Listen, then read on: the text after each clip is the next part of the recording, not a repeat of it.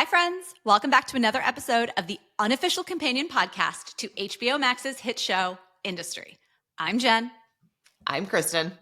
And we are the Wall Street Skinny, two lifelong friends, former investment bankers, and teachers here to break down everything in your favorite show, from the finance to the romance, and to give you the skinny on what's real and what's Hollywood. This is season 2, episode 6, and the title is Short to the Point of Pain. So immediately, we know what's about to happen here. This, friends, is our GameStop episode. I loved this episode. I'm so excited to talk about it. It is so refreshing to be back to like a super finance heavy episode. We're going to be talking a lot about the actual historic events that took place in 2020 and 2021 that this episode is basically just a dramatic retelling of in many ways. But just, I'd love to quickly recap the key events that got us here. So Harper's landed this whale, or giant squid, as we called him in the episode's title, of a client in the form of Jesse Bloom, who's this hedge fund guy whose prior trades around real world stuff earned him the name Mr. COVID. And so Harper's first big trade with him was to get him into that giant block of Rycan, the healthcare provider. They were in the running to land some major British government contracts, which is going to be a key element here. Pierpoint's house view, though, is that FastAid is now the better play. And FastAid is like kind of a Walgreens equivalent, I guess, some kind of brick and mortar store. And so they think that that's increasingly becoming a target for acquisition. Maybe Amazon's going to buy them, and that maybe they're in the running to get those UK government health contracts as well. So Harper told Jesse not only to not buy and dismiss the firm's view, she told him to actively go short FastAid. And because it was such a high conviction view for her that she wanted to prove to him that not only was she not a company man, but she also kind of wanted to stab DVD in the back, she told him to go execute his short position through their competitor, Goldman. So I think before we get into the episode here, I really quickly want to be clear what it means to be short a stock and what the risks are. So when I buy a stock and I'm long, the risk is finite. The risk, right, is that the value of the stock goes to zero. So I can lose every single dollar that I've invested all the way down to zero. And if I borrowed more money to do that, right, my losses are greater. But there's a finite amount I can lose. It has a log normal distribution, if you will, right? It's not going to go, like stock prices don't go negative. This is different from interest rate products, by the way, where rates can go negative and we have more of a normal distribution, but like neither here nor there. If I think the price of a stock is going to go down, and I want that exposure, and I don't own it, right? What can I do? If I own an index, right? If I'm an asset manager and I own like the S&P 500, I can underweight that stock in the index. If I own those shares, I can sell out of them. But if I don't own them, the way to get that exposure is to either A, buy an option called a put, where I spend a finite amount of premium up front and I make money if the value of those shares goes down, or I can go short the stock, which is where I'm going to borrow those shares that I do not own, sell them in the hopes that the price will go down and I can buy them back at a lower price. Yeah. But I can lose a theoretically infinite amount of money doing this because there's no upper bound on the price of a stock. Being short is truly one of the riskiest things you can do in investing and trading because of this theoretical downside risk. And we have talked, by the way, to some seriously ballsy investors on our big podcast, two women of note, right? Avery Sheffield and Kat Sosnick, both of whom are equity long short hedge fund traders, both of whom have had massive short positions or net short books that they've talked about. And they talk about the guts it takes to carry that kind of risk. You have to have high conviction and you have to be able to withstand potential draws. It's a rough place to be in and it's a very ballsy move, but if you get it right, you get it really, really right. Okay. So enough of the backdrop. I just wanted to set that stage to explain when we say short, that's not something we've explained the mechanics of here. And I think it's critical to understand why it's so much scarier than just a regular investment where like, oh, the price moves up or down, whatever, blah, blah, blah, blah. Like, what's the big deal? Make some money, lose some money, you win some. No. It's very, very, very scary to be short a stock. Well, and then also why, as the episode opens, you have Harper who's sitting there watching on her Bloomberg. She's literally just watching the share price of the FastAid stock, and it starts to creep up. And this is why it opens with ominous music, because it's like the fact that this is starting to creep up, it's not just like a little problem. By the way, she told Jesse to not only put $4 billion into Rycan, but then also to short this other stock, which honestly, I don't believe it was because she had any conviction. I think she basically just wanted to like prove that she was able to get Jesse to take her view over DVD and almost like the Pure Point House view. Yeah. And now it's starting to become a little problem for her. So she puts her headset on and she calls up the research analyst who covers UK pharma as a sector. And she starts asking him if he knows what's behind the rally into the close. What was causing this ticking up overnight? Why is it now ticking up more? And she's asking him, like, is this because they put in some new guy from Amazon as the new chief technology officer? And the research analyst is like, look, that's a bullish signal, but it's already priced in, right? So like, basically that's already been incorporated theoretically into the value of the FastAid stock. And that's so true because if research has already published about something, by the time research publishes about something, it's typically not breaking news, right? It's typically already something the market has been sniffing around about for a while. By the time it's like formally published by research, much of the move will have already happened. So if research has long since published about it, like that's not what's driving this. Yeah. And so it was interesting. She does say, try the cash equity guys in New York City. Remember, obviously in London, they are ahead of New York. Now, I'm not sure why the New York guys would be awake at that point, but like basically try the cash equities guys. So just to differentiate, by the way, you were talking about how if you wanted to get short, you could either buy a put. That's a derivative contract.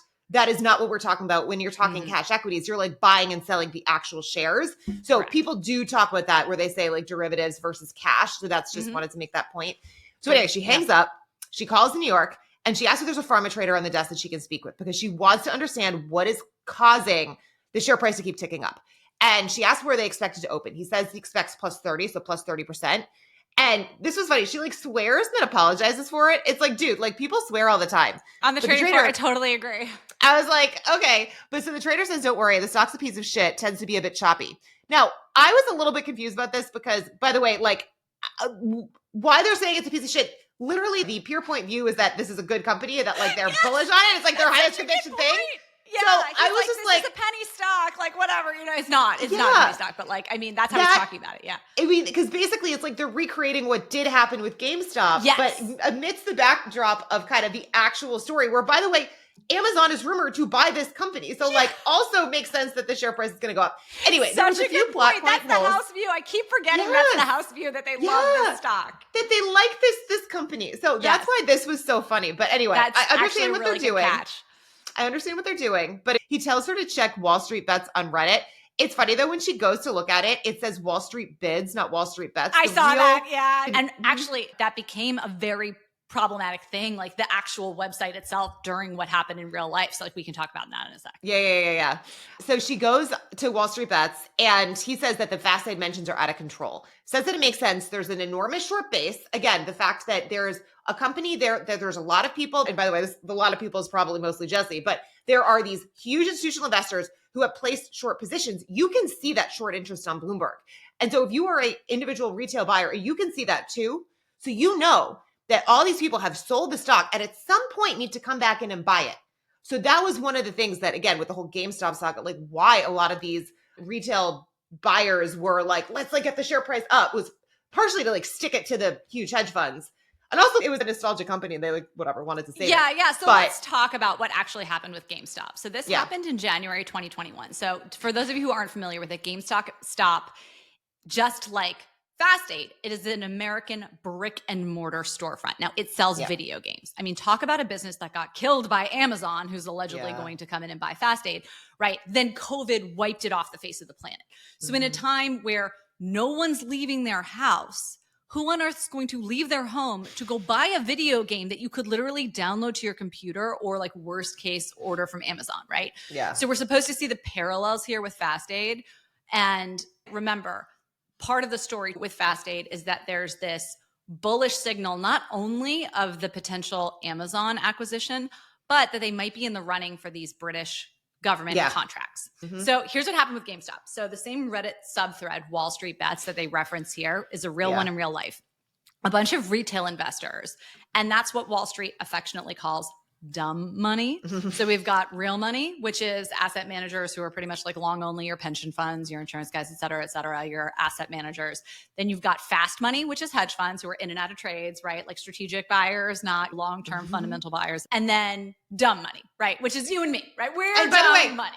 And it's also the name of the actual movie that was made about GameStop. Yeah, as well. they ended up making a movie about this. So there was this guy named Keith Gill, and his handle on Reddit is Deep Fucking Value, or DFV for short. On Twitter and YouTube, he's Roaring Kitty.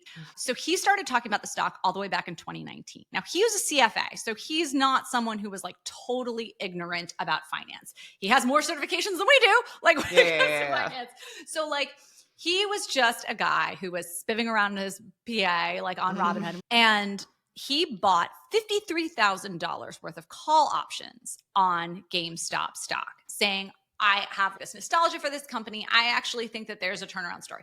Well, I can't even imagine what the value of that position traded down to over the course of 2020. This stock was literally trading in like, I think the single digits. It was nothing short of a penny stock because the fundamentals weren't there like we just talked about. Okay. Yeah. So in the fall of 2020, chatter started to pick up, led by him. And another user did the research that you're talking about, started pointing out the fact that there was this huge institutional short base of hedge funds that had taken short positions in the stock. So some of those hedge funds were Melvin Capital, Light Street, and then Leviathan Point 72, whom we've talked about on this podcast before, one of the big giant pod shops, Steve Cohen's fund. So they built up a significant short position. And one of these hedge funds was actually publishing research about just how terrible the stock was. So they were talking their own book. They were putting out research papers about it. Well, so these guys got together in this Reddit group and they were like, let's pull off a short squeeze. So remember, because of that potential unlimited loss that you're exposed to when you're short stock, if it starts to move against you, you may trigger risk limits. You may reach the point of pain, right? What's your threshold? Because even if you believe in the trade, if your book marks down so far against you, you may eventually just have to stop out of the trade and buy those shares back. And that's what a short squeeze is. It's forcing that point of pain on people who are in this kind of exposure. And they were like, posting nuclear warheads exploding and things like that and saying, this is what we could do to those hedge funds. Now, remember the cultural milieu at the time, right?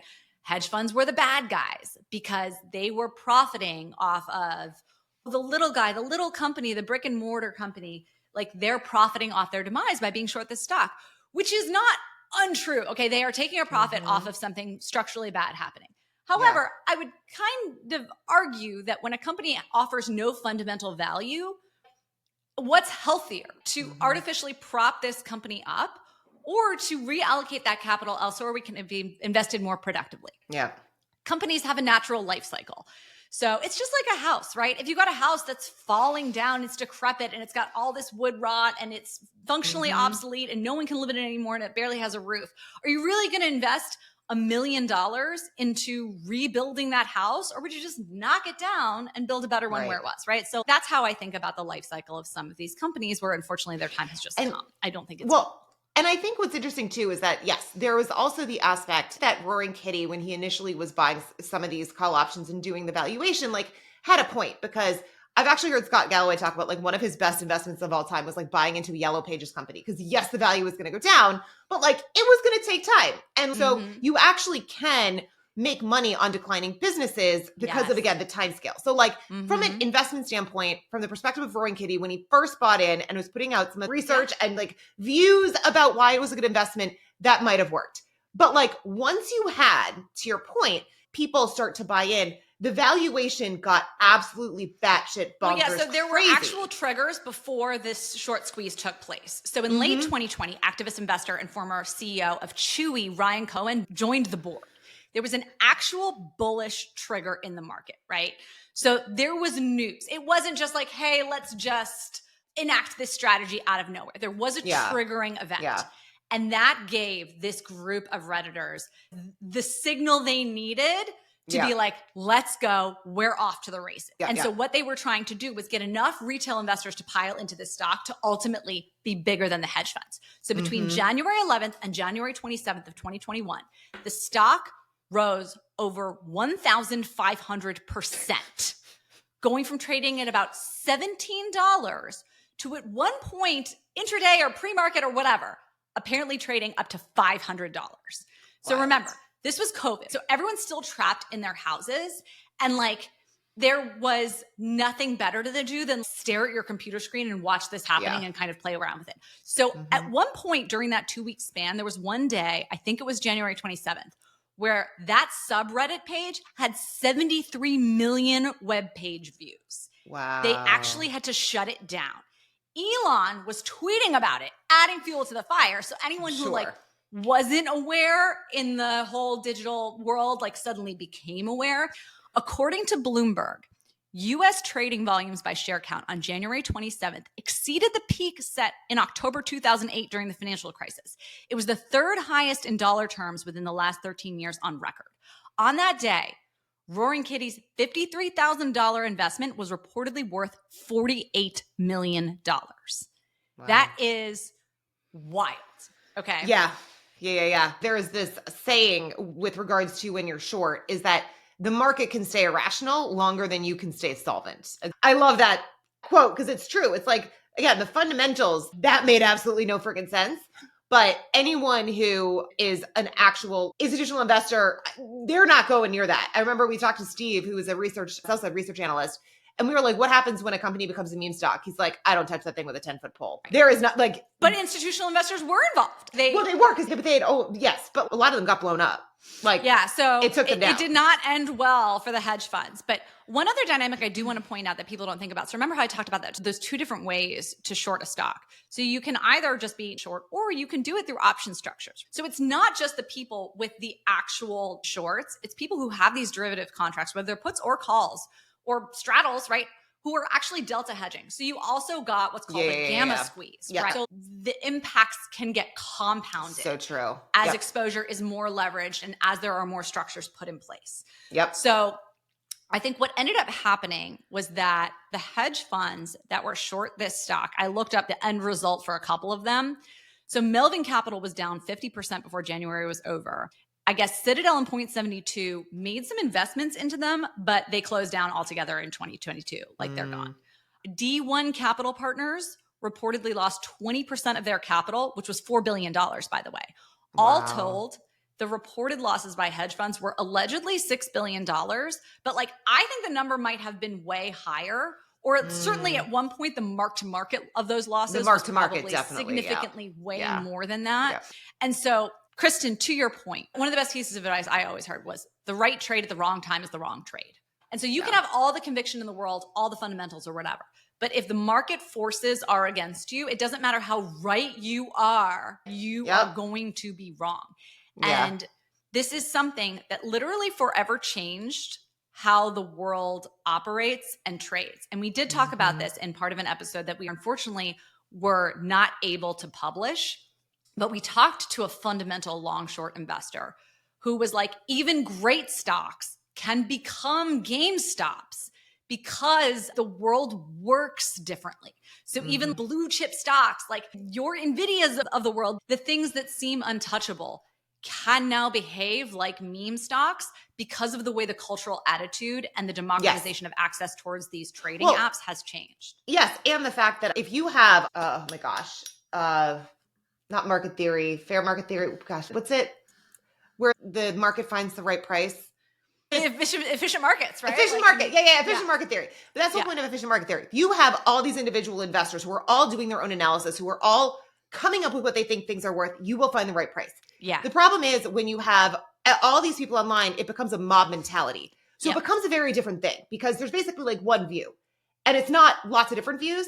It's all these people who have the exact same view and are basically now just hopping on the tsunami. They're hopping on the wave and they're letting that wave ride. And eventually, yes, if there's no value there, you would think. Then again, we also see that there are meme coins and ICOs. And we saw with for the Hawk 2 is out there that go to zero. Meme coin. This moment, right? This was also concurrent with so many big things that were happening in crypto. It was an entire cultural movement that took place around this. I still haven't seen Dumb Money. I definitely think we should watch it together and do a little review of it. But this was a watershed moment. So I'm so glad that they tackled it in this episode. And I think they did a really good job, as we're going to get into here. So hopefully that sets the stage and you guys understand the real life events that happened here. We're obviously foreshadowing that this might not go so well for Harper and Jesse. No. Yeah, so on the other end of the phone, remember, she's talking to the trader who's in New York City. And he was basically saying, retail investors are nostalgic about this, just like they were about GameStop, Nokia, BlackBerry. Hold on to your hat if you're a short, because this is about to rally. And Harper says, I told my biggest client to be short in size. I told him FastAid was going to zero. Again, why zero? Who the hell knows? And the trader was just like, I would get him out of it ASAP. So at this point now, Harper's like, shit. So she goes and she calls Bloom, who, by the way, in the last episode, she had gone MIA. She was ghosting him while she was in Berlin. As there were rumors of Amazon acquiring FastAid, she was ghosting him because she was like having a meltdown with her brother. Now she's trying to call him, crawling back hat in hand, and he doesn't answer the phone. So the next scene, it's Yaz and Celeste. They're at that local bar that they go to. And this whole thing, I am like, Yaz, what are you doing? But she's sitting there holding hands with her about to be future boss. And they're getting drunk off martinis. Kenny comes over. They're doing like the Wolf of Wall Street, like, Oh, that's what that was. Yeah, I didn't know what that was. They're doing. Yeah. So they're getting drunk off and they're like, this is us, like glory days. And if you've seen The Wolf of Wall Street, there's that scene where Matthew McConaughey and Leonardo DiCaprio are like bonding about like how much money they should be making. Mm-hmm. So Yaz thinks that everything is just coming up roses and it's going to be like her time to shine, and definitely engaging in inappropriate behavior with her boss. Future boss. Yeah. And anyway, Kenny comes over and is trying to say, hey, you're leaving. Let's have drinks to celebrate. She shoots him down and is just outright cruel. Yep. Celeste comments, she's like, wow, that was a little bit harsh. She's like, no. If you knew the whole story, it's not. But again, they're like brushing each other's hair. Yaz is saying wildly inappropriate things, suggested things. And Celeste then says it's not a good idea. It's the best idea, but it's not a good idea. So they're setting up that there is going to be like wildly inappropriate shit that goes on with Celeste and Yaz. So next scene, we're with Gus and he's working and we meet his sister. So his sister comes in, brings a bottle of champagne, says nothing like a promotion to make you feel worthwhile. And it sounds like his sister is possibly a doctor. She sounds like she's a baller in the medical world. I don't know in what capacity, but she is clearly like top of her field, super impressive. And remember, by the way, speaking of promotions, Aurora is the one who has gotten the potential promotion to this new seat within the British government and is going to be part of like the anti-competition investigation into FastAid. We talked about this, I think, briefly in the last episode. I should have gone back and listened to our last recording to remember how much of this we covered in the last one. I actually did. I didn't listen to it right when it came out because I hated last episode. But then as I was just getting ready for this, I was like, all right, fine, I will listen to it. But yeah, so his boss got the promotion as part of this Amazon possible acquisition of FastAid. She's on the anti-competition committee and she wants him to come with her. And he is not interested. Like, he seems to be enjoying the social work type aspect of the job. So his sister then tells him that she hopes that he takes the promotion and mom would be happy if he took the new job. And then she's like, by the way, your mother knows that you left Pierpoint. And she's like, it's the best, worst kept secret. And Gus is like, well, the only person I told was like you and my auntie, blah, blah, blah. And she's like, your mother knows. So you probably should just come clean. And they do talk about the writing the book. Sadie asks, well, what did his aunt say to that? And he says that his aunt told him to stop dancing and find employment. So they use that term later, the stop dancing. But they then start chatting just about like personal life. And she then asks if he wants to go to Eton to get lunch with someone named Isaac. And so I was a little... Isaac's his brother. Oh, Isaac's his brother. Okay, yeah. I thought it was his nephew. So there's something going on at Eton. There's some kind of ceremony happening at Eton. But it's the winter, so I was a little bit confused about the timing. It looks like a graduation ceremony ultimately, and like that's what it seemed like to me. I don't know enough about Eton College. Again, this is where we need our UK listeners to please help. There's some kind of ceremony that Gus is being summoned to Eton for. And he doesn't want to go early because he wants to continue talking to the mentally... The crazy guy. The guy with the poop, like who he is getting so much fulfillment out of doing the social work side of the job. So he doesn't want to go participate in the family things. There's clearly all this pressure from the family of like, all right, it's time. Like you got to get back to contributing. Like what's going on? Like gentle nudge, come back into the fold. You've been off on this dalliance now of the do-goodery stuff for a while. But when are you going to actually get on with your real life? Yeah. So... all right, in the next scene, it's back on the trading floor, and Harper is still just glued to the Bloomberg watching as the share price keeps going up. I feel sick to my stomach watching this. I'm anxious now just thinking about it. It reminds me of the Wrong Way Trade episode. It's the same kind of thing where you're just like, oh. So she's watching, and DVD and Rishi ask where FastAid is indicated to open. And Rishi says up 40%. So Robert jokes, power to the people. And DVD's, I mean, it's interesting because you see the sentiment that these traders and Wall Street types have towards the quote unquote, the dumb money. Yes. And so DVD says the illusion of power. Rishi says these retail investors, any clueless knobhead with a phone shouldn't be allowed to download an app, punch around and move the markets. And Robert asks, why not? It's democratic. We're just clueless knobheads with more screens, better tailoring. And then it's funny because then Rishi starts to get almost nostalgic about it and is like, my mom bought baby formula for me at FastAid. I think they encapsulated it so well here. The pervasive sentiment, and we've aired this debate before on our podcast, of is all trading gambling. And so you have the Rishis of the world who are market makers, but gamblers at heart, who have that kind of mentality, and they have the big power of the institution backing them, and they're making markets or whatever. But like Rishi thinks he's a big swinging dick on Wall Street. What's really that different about him and these Wall Street bets, Redditors, et cetera, who are doing the same thing with their own capital, which, by the way, they can, right? Rishi shouldn't be prop trading. He can't. Well, he's at an investment bank. But he is providing a very valuable service in the actual act of market making. And, it's so interesting when you describe what it is that a trader who works at a bank is doing versus someone who's on the buy side. And by the way, again, if you're on the buy side, I do think that you can be investing and helping to grow the economy and all this stuff. But then on the other end of the spectrum, you have these high frequency trading firms that are making a ton of money on like little mispricings. And again, it's at the expense of other people. So you've got in this Wall Street world, you've got all different types. And it is absolutely true that some are doing the exact same thing that these retail investors are doing with the things like the GameStops. And this is what I don't like about FastAid, because I think there's real value to FastAid. I buy what DVD is selling, that there is value to this business. But if you have something that has absolutely no fundamental value, whether it is meme stock, whether it is, again, and I don't even think like GameStop necessarily falls into that camp until it got into like crazy, weird valuation land. But at the end of the day, like you're only making money because somebody else is losing it versus like everyone can participate in the actual growth of a business that is creating value and improving society and blah, blah, blah. But like 100%, what Rishi is doing, he's creating some kind of value with the market making aspect of it. Rishi's not doing anything, right? Because Rishi is just standing there being like, man, like, I think at one point he eventually says, I wish I'd bought some PA.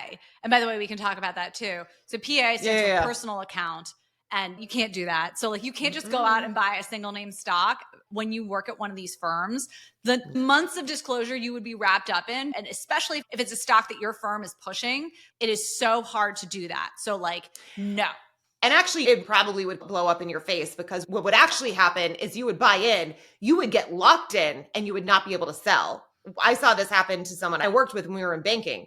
He owned shares of a company that then they came to us as part of restructuring, and the share price started to go down. He wanted to get out, and he was not able to sell out. It's a little different when you are over the wall, when you have that material non-public information versus being on the sales and trading side. But again, because we're in the world of industry, you still would have to disclose this up, down, sideways. It's not like he could just click a button on his computer that afternoon, but that is like a very trade. We'll get back to that. But anyways. Yeah. Well, no. So Harper then says, I don't think a couple of clueless knobheads are going to save this, because she is obviously so invested in this not But to your point, going up. Kristen, it's so funny because she keeps acting like she has this strong fundamental view about FastAid going to zero.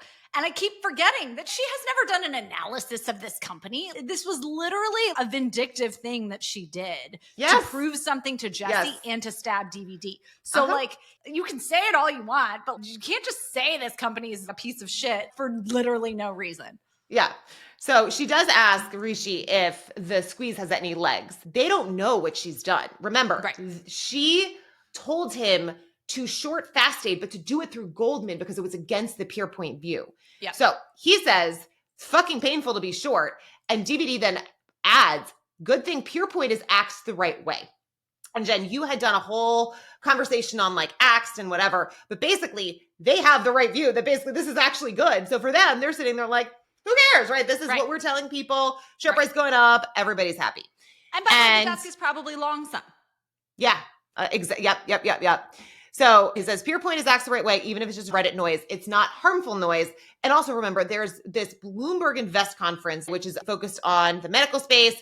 And there's going to be a lot of quote unquote flow around the various names. And that happened, by the way, when Davos happens, when there's all kinds of conferences, maybe global alts, like whatever is said on stage at these conferences can move markets if it's getting published in real time, if investors are talking about their views, especially when it's industry specific, specialized stuff. So it's a good read by the writers on how that can happen. So now we know that there's this conference today. They're all on the trading floor, obviously talking about this. And then they look up and Jesse's walking in on the trading floor. Oh, yeah. So Rishi says this will be a day of bloodletting and king making. And I loved that line because it sounds so dramatic. But if you've ever been on a trading floor, there are days when there's like a big move. I wasn't on the trading floor when GameStop happened. And frankly, most people weren't on the trading floor because it was still working from home. This is COVID. But yeah, although there were definitely like people on the trading floor at that point. But like there are these moments where the fates of the world are shifting and there are going to be bodies and there are going to be new rulers. And it does feel like there's this massive thing that happens. And that's the thing I think that they captured, again, just like why I love this episode so much. They capture that feeling of there's a tectonic shift that happened in real life with this. Yeah. You sometimes are on the trading floor and it feels like you're part of history being made. And like talk about 2008, Jen. 2008. Yeah, exactly. Yeah. But yeah, so DVD, as again, Jesse's walking on the trading floor. Remember, they have it. Harper, this is like she had ghosted him, had been trying to call him. He was ignoring her calls. Now he's walking on the trading floor. And DVD turns to Harper and says, "Tell me you got Jesse to buy FastAid. The guy's now 40% of the desk's flow. I gave you the autonomy to cover him. And as part of that contract, it means you need to sell him on the desk's ideas."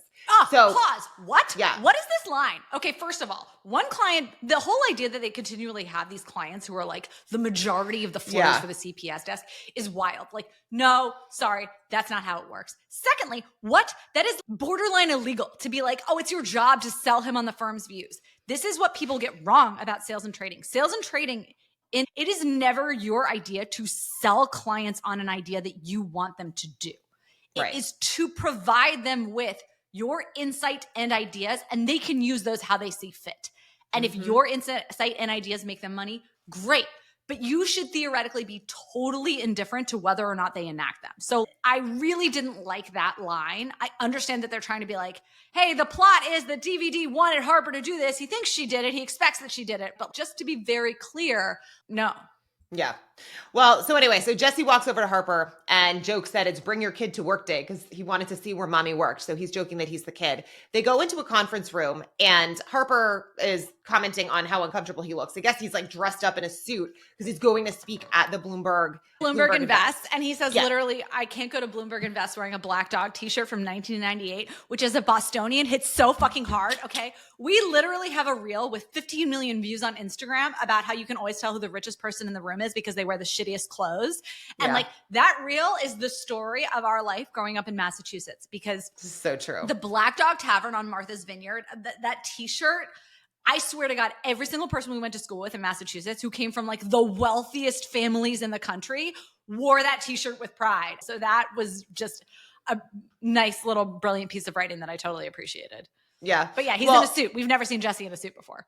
No, that's the whole thing with your reel. It's like the multi-billion-dollar hedge fund founder is like basically dressed in Costco. So yeah, so she asks why he's not sending some senior portfolio manager. And Jesse tells her that they want him to talk about the future of telemedicine and says that because of this massive investment he made in Rycan, now everyone thinks that he's a thought leader in the industry. Yeah. When, by the way, it was Harper's half-brained idea and he was just like, sure, I guess I'll go along with that. You know what? It's funny. I didn't even think about what that line meant for Harper's ego because it's like, because of my investment, I'm a thought leader in this thing. And you're right. It was a totally half-baked idea. And Harper was just so desperate to have him as a client.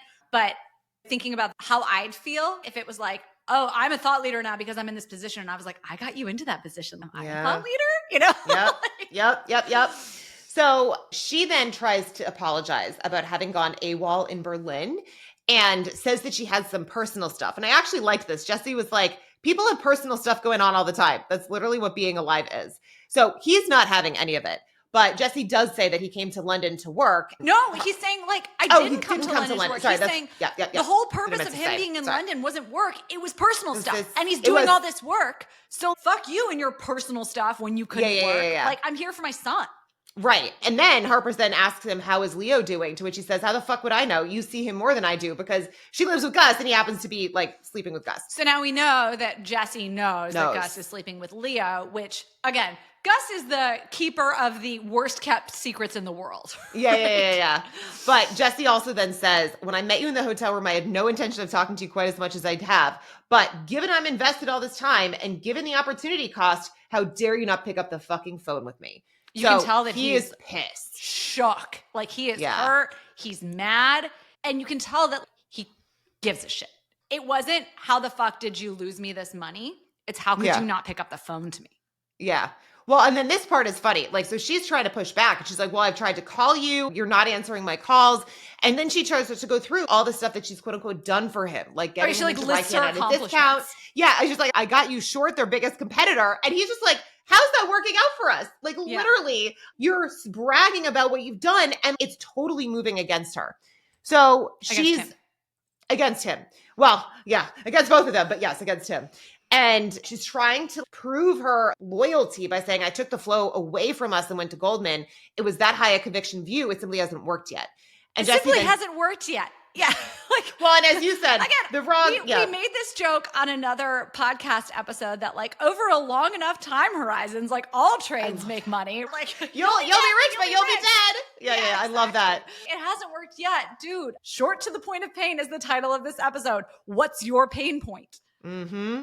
So Jesse says, there's a group of Reddit school shooters who are trying to force me out of that fucking FastAid short. And Harper says, there's no way they know you have a position. It's not personal. Jesse says, how do you know? They fucked me on GameStop too. So we know that he somehow lost money. We were talking about the big hedge funds and who lost money on GameStop. It was so personal. That was an extremely personal thing where it wasn't, anonymous hedge funds or whatever. It was like Melvin Capital this. Like their names were all over the news. It was very public how much they were bleeding money.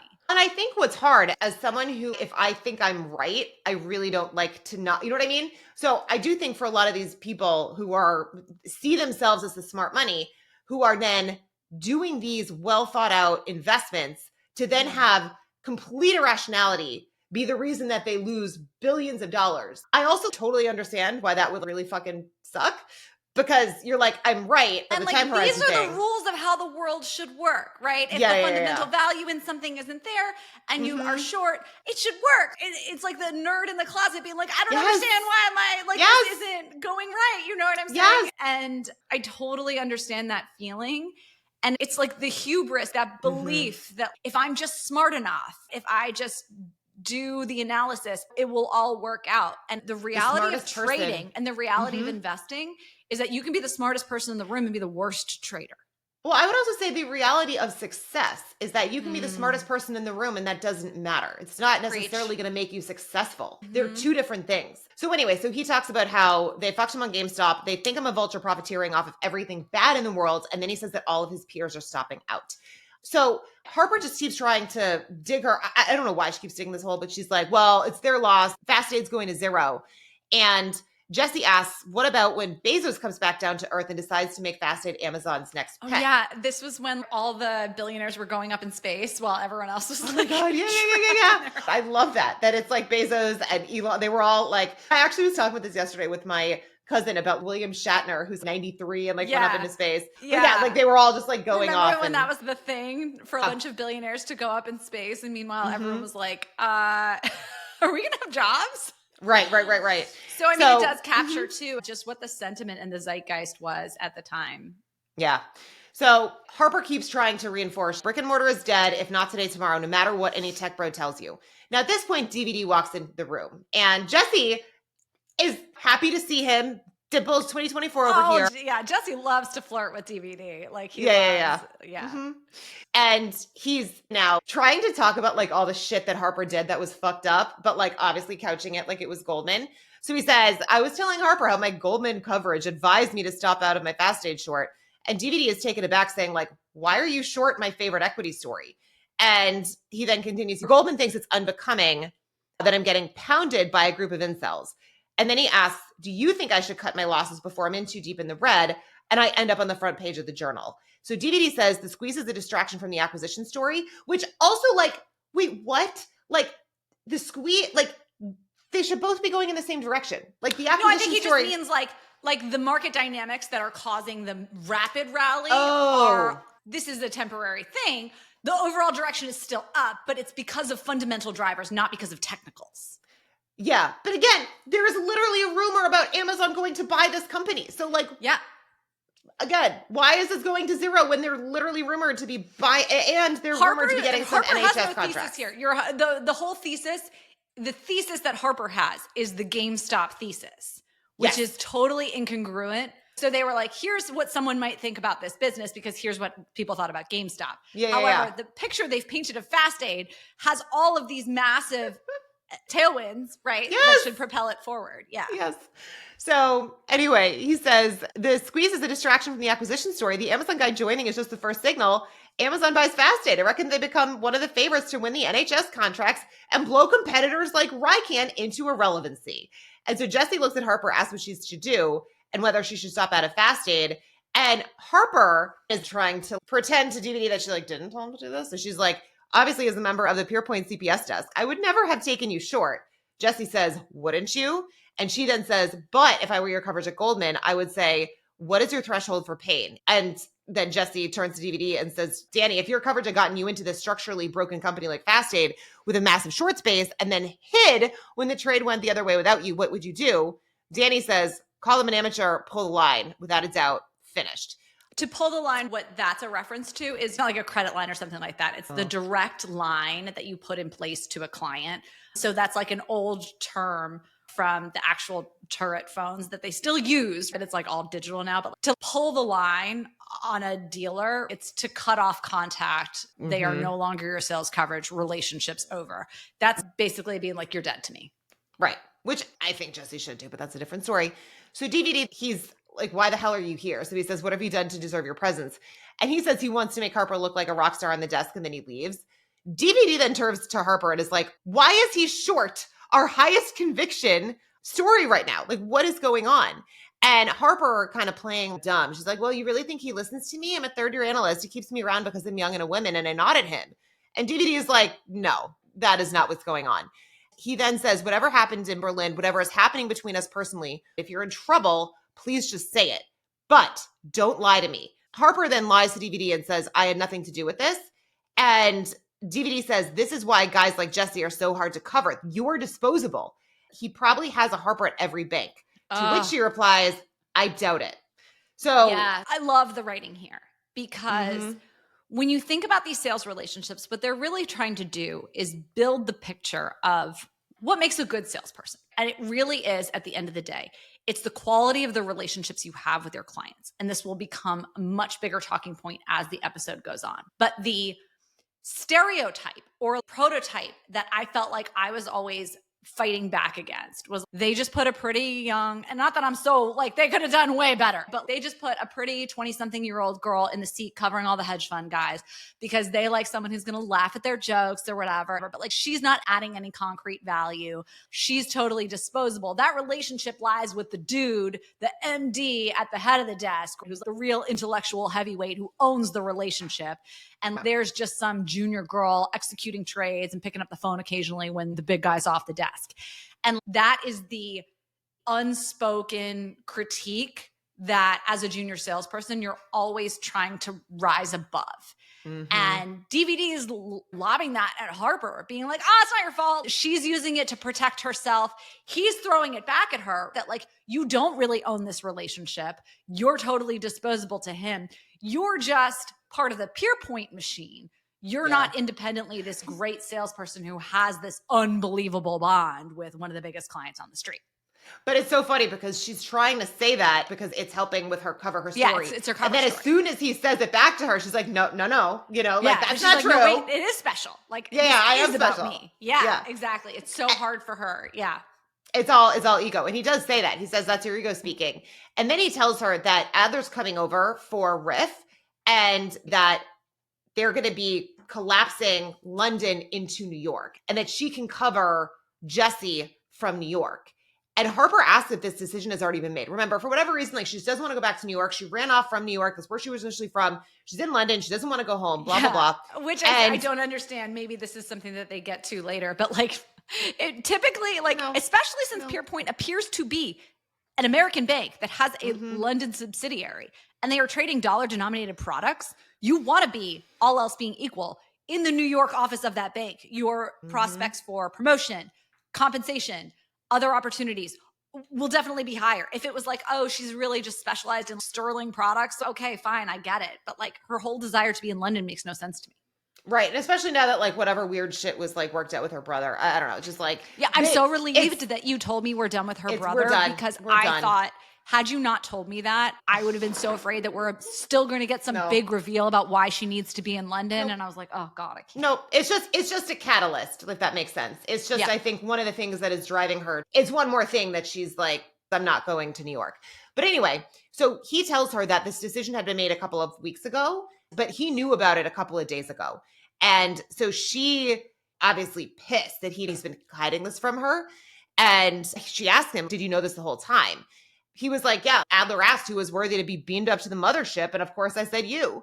But obviously he's been keeping a number of secrets between what he did to Eric and then this. So do you think he still has feelings for her at this point? Yes. I do you think she still has any feelings for him? No. I don't know that she's like capable of that. Also true. Here's what I don't understand.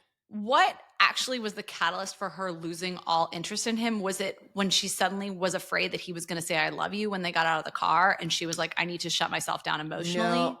I think it was just what happened in Berlin. Probably the fact that she lost her relationship with her brother and then like wanted to take it out on someone. That's what I thought. Just it was like it's the same reason like she's a bitch to freaking to Yaz. Like there's no reason. Like she has people in her life who want to be there for her, who want to support her, and she just lashes out when she gets upset. Yeah. And not really for any reason. Like I don't think that there was anything more than she came back and he asked if she cheated on him and she just like went red. She was like, yeah, this is so stupid. Yeah. Yeah. I mean, so, it's just so interesting to me because I think that one of the things that's really cool about watching a show like this is there's a female main character that I mean, I did her job and I cannot relate to her emotionally on so many levels. Yeah. And I think that that's really rare to see someone who is the main character and I don't understand why you are the way that you are. Yeah. I mean, I do think that so many shows though, whether it was like starting with Breaking Bad or not The Godfather, The Sopranos, Dexter. Although Dexter's he's a little more sympathetic, but like I thought they were all so sympathetic and complex and so human in so many ways that I think I could relate to. I could understand the path that they went to. They were extremely complex characters. You can have villains that you love. I mean, like we grew up watching Spike on Buffy, right? You can have these like morally gray things all over the place, and I love that. Harper is not morally gray to me at all. I think Harper is like massively black and white. I think, you know how like there are people that have personality disorders and like they just don't operate like normal humans? Yes. I think that there's a little bit of that. Like a sociopath. Like I actually think that Harper might be a sociopath, if that makes sense. Like I'm not qualified to diagnose this and I'm totally open to correction. In a fictional character, Yeah, no, I'm like, we need to ask Harper. Like she's a real person. Yeah.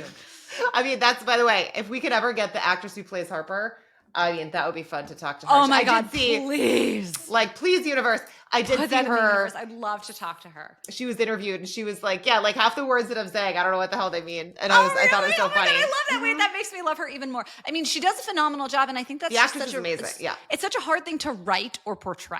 And maybe this is just me, but Jesse, I get, right? Like I get his emotion. And he's a fabulous actor, by the way. He's the best actor on the show this season, if you ask me. But like, it's very rare that you watch a show where you're like, I do not understand how Harper feels. I can't understand what it's like to be her and wake up in the morning and like what her true core motivation is. Yeah. I mean, it's funny because all the tropes that you would expect her to do, she does the opposite at every turn. Even at the very beginning when they were talking about like capitalism and she's like, no, I wrote like a whole essay about why capitalism is good. Or people are being horrible to her about the fact that she's Black and a minority. And like, it doesn't faze her whatsoever. But it's like at every turn, she's doing the thing that you don't expect. But then also when it comes to certain relationships, like she's pushing people away and it doesn't affect her at all either. So you're just like, wait, what? Yeah. So the only It's such a person, great, like, what a cool character that I love not being able to predict what she's going to do. But there's also the concept of irrationality. She's such a chaos agent because she makes decisions that at the end of the day, you can see the machinations and how they evolve and what her end goal is, but how she puts herself in these positions to need to pursue those. Like, what does she get out of bed in the morning wanting to do? Because usually it's like, oh, they want to prove something to their parents, or like, oh, she wants to prove something to herself or whatever. Like, I truly don't know what she wants at the end of the day. yeah. I don't know if it's like a main character energy thing. Like I always root for her. Like I still want her to win. I just want her to be nicer. And I would want her to be a better person. So that's like my main thing. I'm like, be nice to Yaz, be friends, but also I still don't want her to get fired, even though like I should. Oh yeah, you're rooting for Harper to quote unquote win, but Yes. like even if you don't like her, Yes. which I think is a very common thing with the anti-hero, right? This is true. This is true. But she's an awesome anti-hero. So next scene, we are now on the trading floor over on the FX side of the desk. And so Yaz walks in. Kenny is on the phone, just like talking Kenny stuff. And as she walks over, doing a Tough Mudder. Tough Mudder is a race that a lot of the hedge fund guys used to run. I don't know if they still do or not, but there was actual lapse in trading activity. I remember one year in 2012 when it was like every single hedge fund dude is at a Tough Mudder together. Like, oh my God. So yeah, so as she's walking over on the desk, Jackie screams, Hanani, is it possible to be long Vega but short Gamma in an option structure? And Yaz says she doesn't know. And by the way, I do want you to explain that. I mean, we don't need to get too in the weeds on this, but Gamma is the component of an options risk profile that really, really matters for short dated options. Vega is the component of an options risk structure that really matters more for long dated options, because Vega is your exposure to implied volatility and Gamma is basically your convexity. It's your change in your delta. So yes is the answer to this. It's shocking that Yaz, as a third-year analyst, would not know this answer. A calendar spread would be a really easy way to express that. You would have options with two different expiries, effectively, on the same underlying asset, and you own one and you are short the other at the exact same time. The TLDR is these are terms that have to do with options, and they describe like how the value of the option moves as you change different things, like expiry of the option or whatever, the underlying blah, blah, blah, blah, blah. But again, to your point, she's a third-year analyst. Like she probably should know this regardless. So when Yaz says no, Jackie screams, answer the question, you ditzy cunt. And then Venetia says, yeah, answer, you silly bitch. But she like can't quite get it out. And so Jackie just looks at her and she's like, have you ever been horrible to anyone in your life in a way that wasn't fucking pathetic? And Yaz is like, what the hell is going on? And they're all just messing with her, right? It's her last day. They want to like have a little bit of fun. Yeah. And so they give her a gift. And Jackie, of course, brings her over and it's like a silver dildo or something. By the way, I've completely changed my view on Jackie. I like love Jackie now. I always thought Jackie was funny, but she was funny, but so horrible. But I've come out the other side on Jackie. Yeah. I'm also starting to like Venetia, whom I did not like at the beginning, but like, she's just a dork and it's kind of cute. And yeah, I like this last minute attempt at the intellectual hazing on the desk as a joke to Yasmin, but it just goes to show. I have wanted to like Yasmin, by the way. We can talk about this at the end, but I'm souring on Yasmin. Like for no other reason than as a third-year analyst, if you don't know like the basics of a calendar spread, come on. Yeah. But they're setting up that the environment that she was working in was actually not that bad. Like that is basically the main thing that they're trying to portray here. Yeah. And Jackie says, I didn't realize how much I would enjoy having you around. Yaz then goes over and she apologizes to Kenny because she says she wasn't sure what she said, but she knows it was heinous, which by the way is actually kind of reminiscent of what Kenny did when he was drinking. Yeah. Which is like, he didn't want to be terrible to her and it like made him feel horrible. Yeah. But like, it was because he was drinking that he then just did all this horrible shit.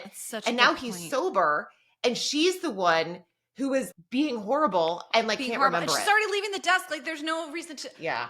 I mean, but you bring up such a good point, which is those first few years as an analyst sometimes are really, really hard culturally, emotionally, intellectually, or whatever. And there was a very real catalyst for change on this desk. Kenny went from being an alcoholic to being sober. So there's obviously a visible and measurable shift that has taken place within him. He's a better actor. He's a better person. But like Jackie hasn't changed a bit. Jackie is just as toxic. Venetia is whatever. There's this thing that also can happen when you are on these desks long enough. And it's hard to tell. Do you just get used to this shit and see it in a different light? And the way it's framed here is like, it's all in jest, like how sweet, they're actually buddies. You think about it, if this were episode 1 and someone's giving an employee a silver dildo, hazing them with a question, right? At face value on paper, this all seems terrible. But now that you've been immersed in this world long enough, you look at it and you're like, see, it really wasn't that bad. And that's what happens. And that's what life is actually like as you ascend through the ranks on these desks. All the stuff that seemed like shocking or weird or scary or whatever, you do get used to it. So the question is has the desk changed? Has Yasmin changed? Or is it just that we have gotten to a place where like, hey, once you get through those growing pains and you know that people are complex and yes, on paper it seems bad, but like that's not really what they intended. And like there's off-color jokes or whatever. Can you actually have a great time with these people and they're your friends and your family? It's really complicated. I mean, it's funny because like I see this a lot with my brother. My brother is this tall, lovable doofus and people make fun of him, but he takes it in a way that is meant with the love that actually was intended. And I think that in so many cases, you need to understand like what was the motivation. Was something done out of hate, spite? Was someone saying something because they were trying to be cruel? Or was it something that like you're making fun of someone because you love them and it's a way to show affection? And I mean, I know like you and me, right? We've been friends forever. And like we make fun of each other about stuff because like I can be really dumb sometimes and you'll call me out on it and I think it's hilarious. I mean, and like but that's never in a million years. It's like a sibling relationship. You can make fun of someone when there's love behind it. So I think that that's very much the culture here. It is that like sibling culture, but there is scarce money to go around. You are rivals and there is that testing period of you're joining this family. You do need to prove yourself. So I think the same words said 3 years apart on the desk have very different meaning. And I also think that when you're new, everything is scary because it's unknown. So you're joining this firm and it's intimidating. I mean, PurePoint is a made-up bank, but like it's up there with Goldman. You're an analyst, you're coming in, you're insecure. Like I can see feeling very terrified. And the one thing that was different was when Yasmin started on the desk, Kenny was not coming from a good place. And I think that was a big part of it. Jackie, like when you watched her, I don't think we'd understood her. So if you are Jackie, you sometimes do need to be a little bit more careful when you're around someone who is brand new. Like you need to maybe like take it down a notch and maybe not be as extra because some of the stuff is going to be offensive to people. But also, honestly, like people don't want to work in a place that also isn't fun and that where people aren't joking. So it is a balance of like not being so sterile that you're bored out of your mind and around people and you're like, well, these people all suck versus being around people that it's so over the line and you're so uncomfortable all the time. So it's you're totally right. Jackie just keeps being Jackie. And when you don't know Jackie, that's awful to work with. And then the second you know Jackie, you're like, she's actually kind of hilarious. This is amazing. What would it cost Jackie to have been a little softer around the edges with a first-year analyst?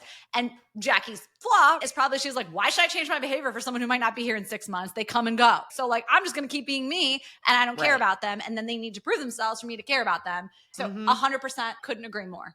Yeah. So anyway, Kenny then says that he was asked to be part of the practical joke and he wasn't sure if it was appropriate. And then he opens up a drawer and he has created like a Jell-O mold and put a stapler in it. And she's like, I don't use a stapler. He's like, yeah, I had to Amazon it. So basically he just like ordered a stapler off his Amazon and baked it into a Jell-O mold and then put it in a drawer. And like, is and this then he did like a weird dance. Pop culture?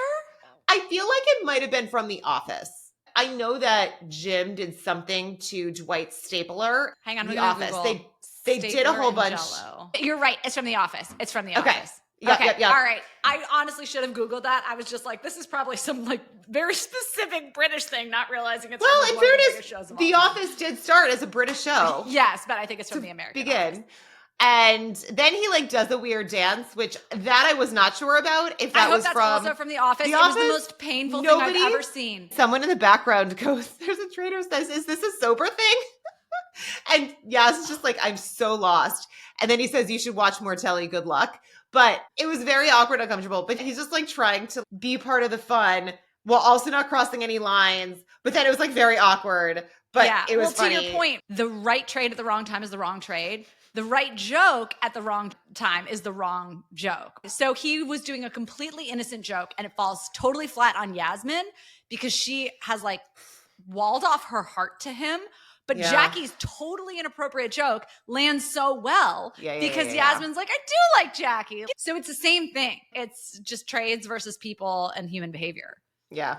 But then Yaz goes to sit down, the phone rings, and she goes to try to pick up the phone, and they've super glued the phone to the desk. So that was the last of That's a good joke. Of the practical jokes, which again just is, I think, the writers trying to portray kind of the love that she was feeling and the fact that the environment was turning around. Yeah. But it's Celeste calling, asking if she can take her to lunch, and then says, "You're based in Notting Hill.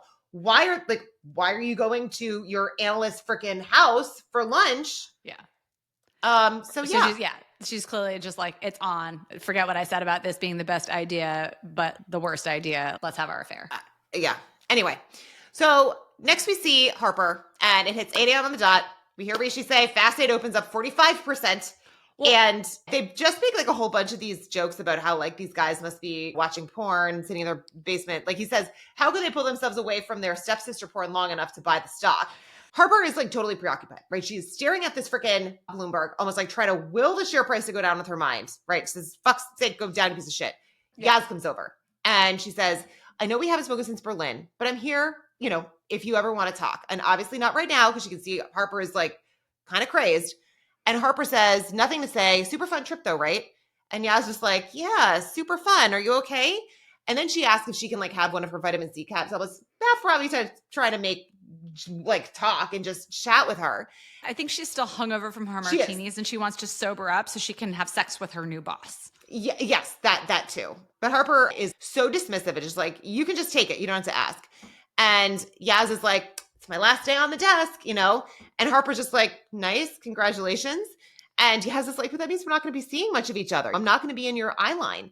And Harper is just so dismissive. She's like, is there something I can help you with? This morning has been a bit crazy. And Yaz says, well, you should come over sometime. Starts talking about a pizza oven, making small talk again. Harper clearly wants to be left alone. Again, in fairness to her, she is very preoccupied. Yeah, it's so funny because like this is one of those scenes where Yaz is making overtures of friendship, trying to cement the bond that they reestablished in Berlin. Yeah. It is the worst possible time. Yes. I actually was very sympathetic with Harper right there. Same. Because she's at work. Even if you guys are going to be best friends, it's very acceptable to be like, oh my God, I'm so sorry. This is a really bad time. Let me get right back to you. Right. And I am guilty of this when I am in the middle of something or stressed and like my wonderful dad calls. I'll be like, what do you need? Like, well, go away, like whatever. And he's like, hey, I was just checking in, like, blah, blah, blah. I'm like, So yeah. I actually think this was one of the few moments where I did identify with Harper and was like, this is a very human thing. You're super stressed. Yeah. This is all you can think about. Like no time for chit chat. But that also would have been a perfectly acceptable thing to say if she were just a normal person and be like, oh my God, I'm so sorry. I'm really stressed. Let me get back to you. Yeah. So at this point, whatever. Harper wants to be left alone. And then you hear Robert in the background. He asks Harper, have you seen Bloom? Gus's boss got elevated to health minister. And Rishi pipes in, says that's bearish for FastAid, bullish for Reichand. To which Robert retorts, no, it's bullish for FastAid, bearish for Reichand. Isn't that right, Harper? Now, I have to say, I think what Rishi said made more sense. I totally agree. So that's exactly what I thought. Like, and so if it's bearish FastAid, bullish Reichand, that's exactly how Jesse's positioned. And it's funny because, by the way, we talk about these naked shorts. What Jesse's actually in is he's in a relative value trade. He is long one healthcare stock and he's short another.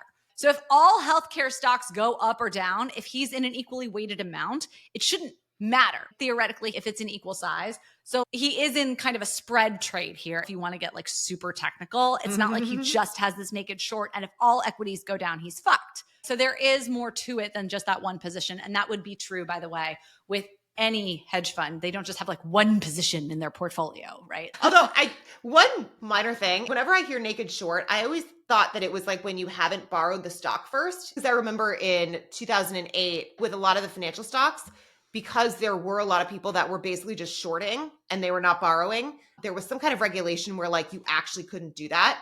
And they were calling that a naked short. That is the technical definition. The technical definition versus how selling a stock that you have not yet sourced the borrow on. I meant it in short the stock with no other hedge, but that may be a lack of precise language on my part.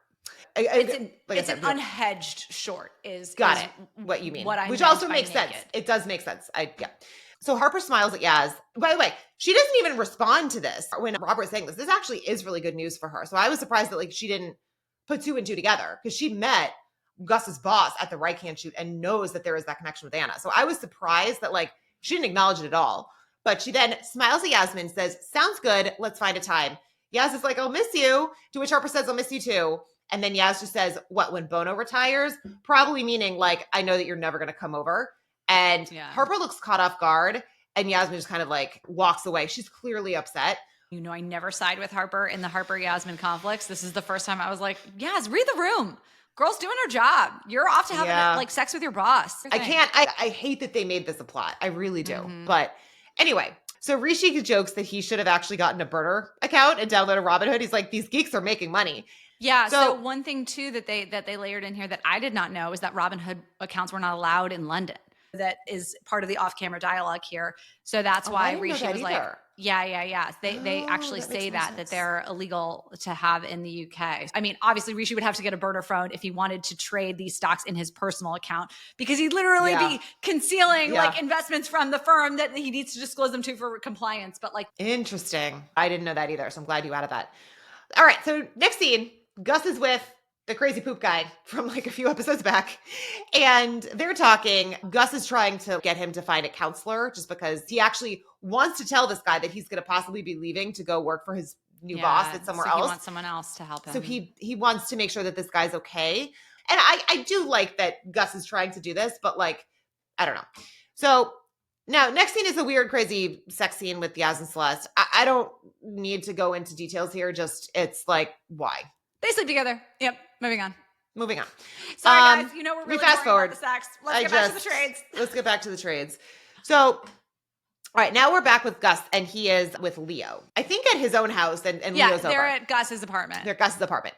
So Gus is telling him that he's probably not going to take the promotion, and says he finds the work rewarding in a way that his family won't understand. And so Gus asks Leo finally, like, did he get into Oxford? Because that's what Gus had been initially hired to do, is to actually help him with his application.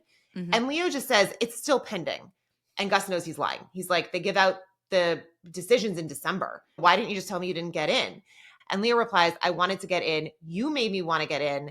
And I didn't. It's fine. Billionaire son doesn't get into Oxford Crimea River. Like, I don't really care that much about Leo. Like, I kind of am annoyed by this whole plot line. But I also wanted Gus to win. Like, I feel like it doesn't necessarily look great if he's tutoring this guy's son and then he doesn't get into the school he's supposed to get into. But Dustin sees a message that the train that he was supposed to take to Eton was canceled. And Leo says, I'll send a car. So he calls Jesse and asks for a car, says it's to take him to school. So then next scene, Harper is outside of Pierpoint and she sees Eric out there smoking and they start talking. And she admits to him that she's in trouble. Like, this again kind of goes back to that wrong way trade episode. Like, there's actually a lot of kind of, I don't know, just things that reminded me of that episode here. And so Eric tells her that he's been thinking of hitting a bit away, right? So basically thinking of moving to another firm. And he says that he started taking calls, but he admits that without big accounts because he's lost Felon, right? That was like his huge account. And so without him, it's hard to move. As a salesperson, this is one of the most glorious lines like ever written, at least about whatever sales and trading on Wall Street. So he says, when I hired you, what did I look like to you? Mr. Pierpoint. But I could be Mr. Morgan Stanley, Mr. Nomura. And then he says, like, I don't want to be Mr. Nomura, but that's beside the point.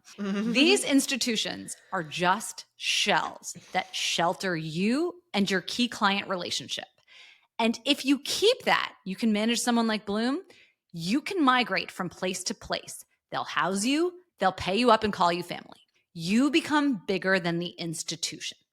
That is the truest thing that has ever been said about salespeople, right? That at the end of the day, the value of your client relationships and what your reputation is. It's funny, we had this conversation with David Edelman, and he was like, you only get one reputation. Your reputation is your power. As a salesperson, your reputation is your client base. And this is something that I struggled with a lot as a junior person because I felt like there were a number of relationships that I didn't actually own myself. I didn't feel confident that I was the one who owned it. I thought it was the senior salesperson who really owned the relationship. And I had maybe a couple of portfolio managers or whatever. So when I would entertain a bid away, I was so afraid that the well would be poisoned against me, Yeah. right? That like I'd lose that relationship, that it wasn't just me.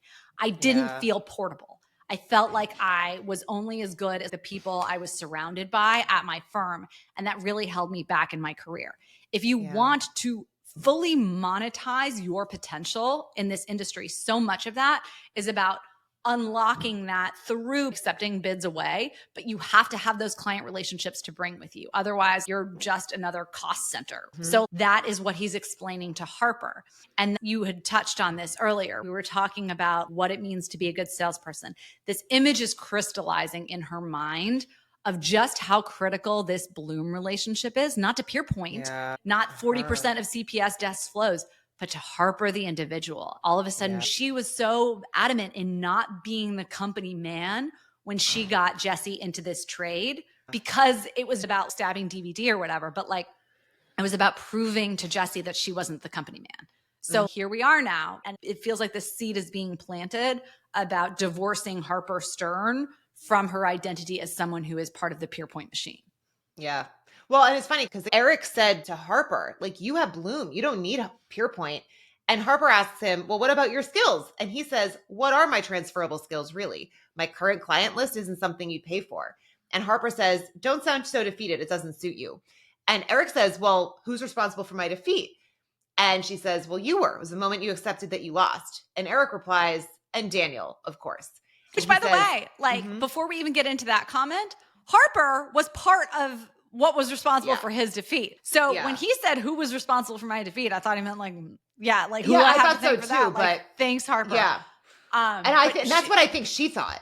I think she thought like, that not he was me, saying it was that. your own fault. Yeah. Like, I was just going to battle with you, like part of the normal course of business. That's not a normal thing to do, by the way.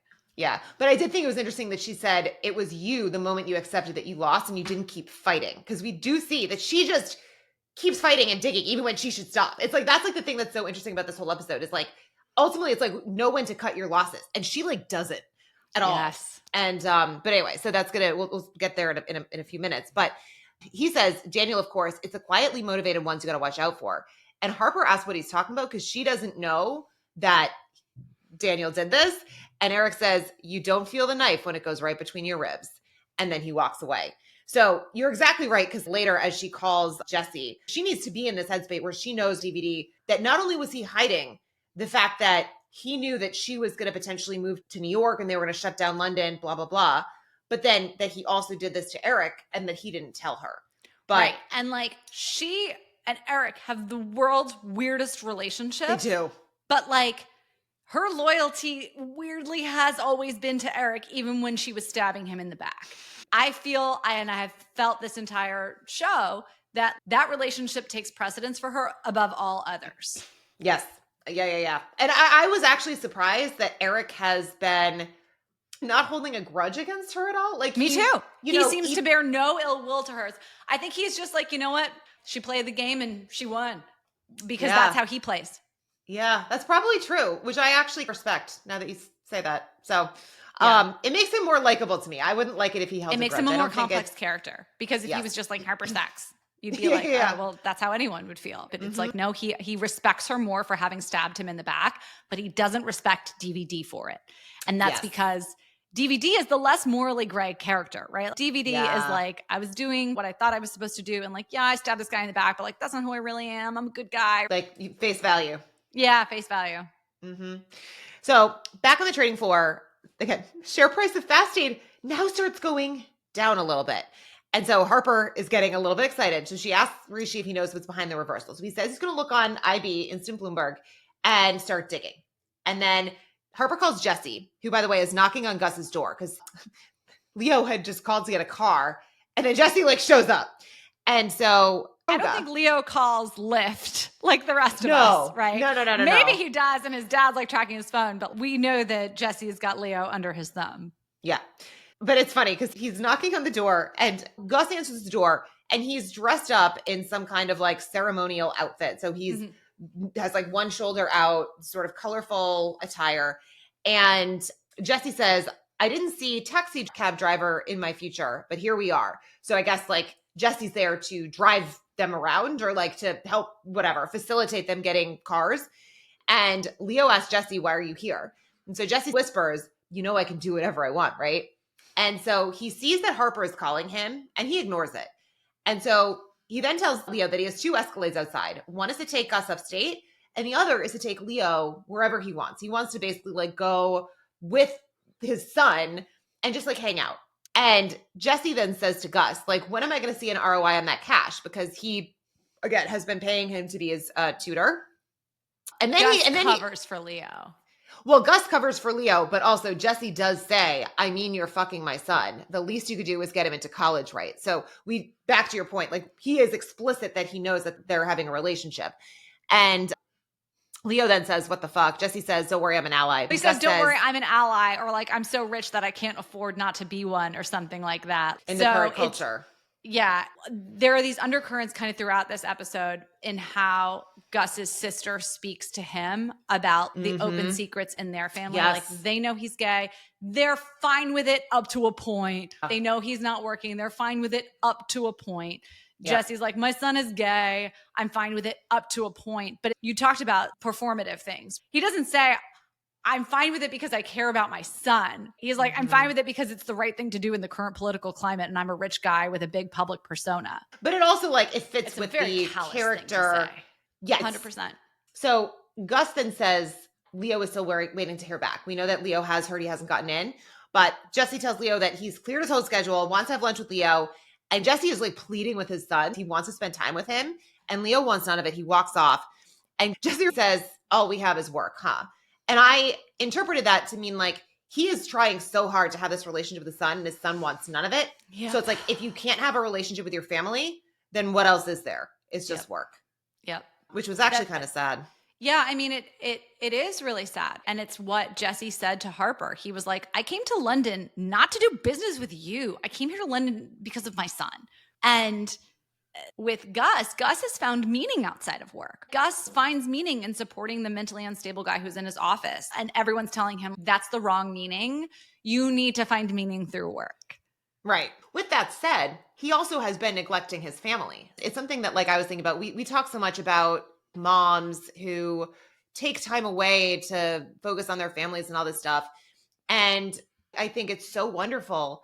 But then your kids grow up. And I think that having the work is like a nice safety net for if like your kids are going to like abandon you. It's a safety net for your brain and for your heart to have things that give you value. Because you think about it, like the greatest job is working on my child, but your child needs you in a very specific way for a certain portion of their life. And then they need you in another way. You get promoted to the advisory board, but you're not the CEO of that child's life anymore, right? They are the CEO of their own life, and you are now a member of the board. Actually, I've never used that analogy before, but I like it. Yeah, I like it. Thanks. We can run with this one. But I think that that's something that you and I find very precious. I also think, too, it's the same reason why people don't retire anymore who financially can. It's that whole thing about like staying sharp, staying driven, having these challenges that you're overcoming all the time. That being said, not a single one of our characters on this show has like a healthy family dynamic. The person who comes closest is Gus. Gus has a family that deeply cares about him, that respects him as an intellectual or whatever, but they want him to fulfill a certain role in society. They view what he's doing as like charity fluff, whatever, and he's not the picture perfect banker turned politician that they wanted him to be. I will say, I think it's Gus and I think it's actually Jesse. Like, I think the fact that he did move all the way to London to try to be in his son's life, I think there is something that's nice about that. And the fact that he is trying so hard to have a relationship with his son. His son wants nothing to do with him, which I think is like pretty typical when you have like a teenager and they want their independence. And it sucks that my dad's a billionaire. Oh, his money's gross. But I do think that for whatever you think about Jesse, the fact that he is trying with his son makes him a more sympathetic character and makes him seem like slightly less of a bad guy. Like, anyway, so all we have is work. And as he says that, he then picks up the phone call because Harper, again, is trying him again and again. And she says, the thing is moving our way. And over the hoot, she takes the phone so that he can hear what Rishi's saying. And Rishi says, FastAid is very fragile up here now. Most of the key shorts have been cleared out and positioning is much cleaner. I assume there's a couple of big institutions still to go. Those Reddit virgins don't really stand a chance against fundamentals and gravity. Jesse says, so the party's over, shorts moving in our direction, prudence is stopped out now at a more favorable level. And Harper says, no, our party's just starting. And then she asked, do you trust me? I mean, no. Why? Why? Like, this was the one part that I was very annoyed by, because we said before, like, there was no fundamental thesis that actually made sense. Rishi has just said the Redditors can't fight the fundamentals. So again, is the house view that this is a great stock or not? Like, I can't with like the fundamentals. Like, what are the fundamentals of FastAid? The world may never know. I mean, like, literally, DB says his favorite equity story, and but yeah, so we're not sure what the fundamentals are. And I am objectively, based on the information we know, like this stock. I like this stock. I am bullish on FastAid. So as I'm hearing this, I'm just like, what are you doing? Please don't trust her just so that she can get a few points on her ego. But Jesse says, look at your trader. He says it's held up by air. After the last guy stops out, it's cratering. And that last guy is me, he says. Whatever says, I'm not letting you stop out and come out of this with a loss. And she says, we sell more into the reversal. We pummel this bitch until she yelps. Jesse says, you heard your trader. He thinks it's going down now. From his lips to God's ears. He's not going to put in a strong bid, meaning he's not going to want to buy. He's like, well, what would the catalyst be that he would actually buy from me? You know what I mean? Like at this level. And Harper says, yes, it's going down, but that's the trade after the trade. First, he needs to think it's going up, because a big investor still needs to buy to cover in order to stop out. You're going to be that big investor. I'll make sure he reads you the wrong way. We are going to cheat him. We'll tell him you're stopping out and you're buying to cover the short. So he'll set his price high. We'll get his price and sell through him and move this in our direction. Jesse says, you pull this off. And Harper replies, finishing his sentence, then you are my client. And you will tell everyone. And if I want to go to MSGSCS City motherfucking Mars, you will tell them that I am the guarantor of your business. And then she says, wait a sec. So I want to explain what's going on here. Yeah. So back in the old glory days of trading, it was not mandated that you make two-way markets on everything, on every single product. You could simply ask for a bid, ask for an offer. Now, post Dodd-Frank, there are a lot of highly regulated markets in which you need to provide, at very least, a mid-market around which you are willing to trade.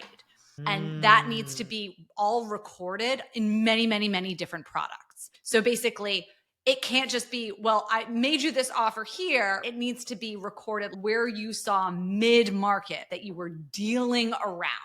So for nice round numbers, if we're all looking at the same asset, but let's say it's a derivative that isn't super liquid, I could say, well, I see mid at 100. And you could say, I see mid at 90. And someone else could say, I see mid at 110. If we're all willing to make a 2-point wide market around that, you would deal 89.91, I would deal 99.101, and the other guy would deal 109.111. Like, you're making markets based on where you see this mid. This is a publicly traded stock. Mm-hmm. So the mid market, you're seeing where the price is trading. And so I just want to give that background to what ultimately that's helpful goes actually down. Right. I didn't know any of this. So what would happen is if you knew the client's direction, if you knew that they were coming in to buy and they just said, offer 100 million of whatever it is, you didn't have to say, here's mid and here's how much above that I'm charging you. There was much less transparency in the pricing. So you might be effectively making a market that's 2 points wide. You might be making a market that's 10 points wide. If they didn't have to quote mid on every price, then there was minimal transparency around how much you were getting charged. Post Dodd-Frank, that has changed for many, many products. Now, This is, again, a publicly traded equity. This isn't something where there's a ton of mystery. And I don't know exactly what the rules were pre and post Dodd-Frank, but this is something that had huge implications in the fixed income sales and trading world because there's a lot less transparency unless you're trading something like US Treasuries, right? So I wanted to give that background. And so we talked about traders being axed, meaning it suits them better to buy or sell. You can make mid wherever you want it to be and deal a market around that based on whether you are a better buyer or seller. So if you are a much, much, much better seller, you are going to skew that market lower because you don't want to buy. If you're a much better buyer, you are going to skew that market higher. Yeah. And if you know the client wants to buy and you've got a captive buyer who's stopping out of an extremely painful short, if you're an asshole and want to try to make an extra buck, you're going to skew that market higher if you think they are coming into buy. Which is what he's exactly. That is what Harper is counting on. And that is what she is explicitly telling Jesse that she wants to do. She wants to take money out of Rishi's hand by tricking him and playing to the worst parts of his personality and give it to Jesse. She's having this conversation openly on the trading floor on an open line. My first thought is you don't know who's listening in on that line. What the fuck is she doing? So holy shit, she is openly on a recorded line advising her client to do something very, very bad. Yeah. And by the way, like with the Wrong Way Trade episode, they talked about pulling the tapes. So to your point, like there is a trail that this is happening. This is so very bad. Yeah. So she's now trying to get Rishi's attention. Says Rish, Bloom is in max pain. He shorted a bunch of FastAid through Goldman. He wants to stop out through us. Cut his short. Can we help?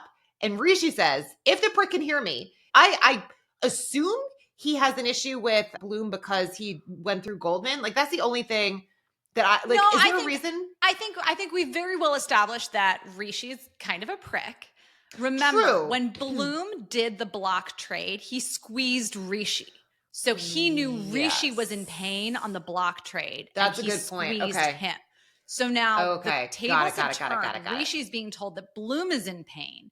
And now he's like, this is my chance to stick it to this guy. Because remember too, Jesse was like, don't you dare fucking mute the line when you give the inquiry on the block trade back and forth with Rishi. So he heard everything back and forth with her then.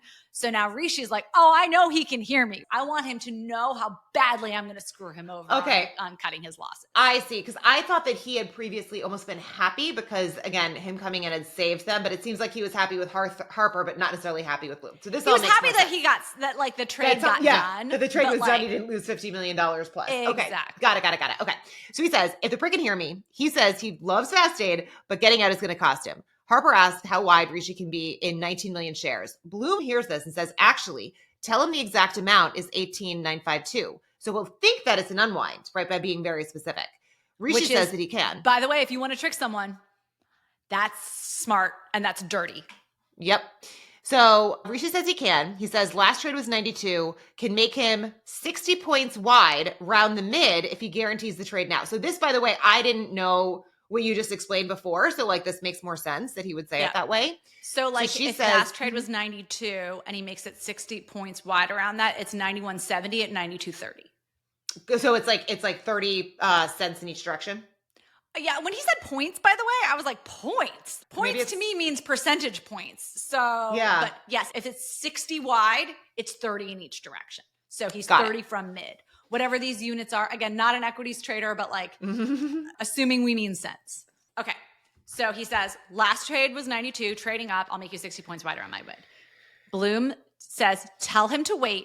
We'll get a better price. So Harper doesn't say anything, but she holds up her hand like this. For anyone who's watching this on YouTube, you can see, right? So she's holding a pencil in her hand with her finger pointed over it like this. So on Wall Street, you hit a bid or you lift an offer. So when you point at someone like this, by the way, it looks like you're about to hit a bid, like yours, right? That's what it looks like she's about to do. So I actually did not think that this was an ambiguous hand gesture. If you were going to be like mine, you'd be quietly, right? We literally had a salesperson who used to use fucking hand puppets to indicate the client's direction in the days before Dodd-Frank, because you're on a recorded line, but like no one's recording video of you with hand puppets showing the trading desk if someone's going to buy or sell. So she's pointing at him like this, making him wait, right? Rishi then ups his mid-market to 93. So again, 60 points. We're at 92.85, 93.45. Then he says off. When you say off as a trader, that means that price is no longer tradable, right? You have to say off. Someone can say mine or yours and you're done unless you say off. So it's like, this is good, like execution protocol. We're good. Okay. Then he goes off 95.55. She says then yours and hangs up the phone. So Rishi, meaning yours means I just hit your bid. He sells to you. And Rishi is like, did you fucking go the wrong way? Like, yeah. You know you're prone to do that. Like, he goes, are you fucking kidding me? Well, Rishi says, what do you mean yours? Because she says yours. Bloom sells 18.952. And Harper then acts like he misunderstood. Rishi says, what the fuck? You signaled he was a buyer. And then she acts like, oh, well, you misread. DVD is watching this whole thing and says, you knowingly helped Rishi read him the wrong way. So Rishi laid 3 points above the fair price, expecting Jesse to buy it. Rishi says, right, and now I'm long a load more of this shit at a shit price, and now I'm 75 million in the fucking hole. And DVD says, I heard the whole sorry fucking thing. I was patched into your line, Harper. Rishi asks, why didn't you step in?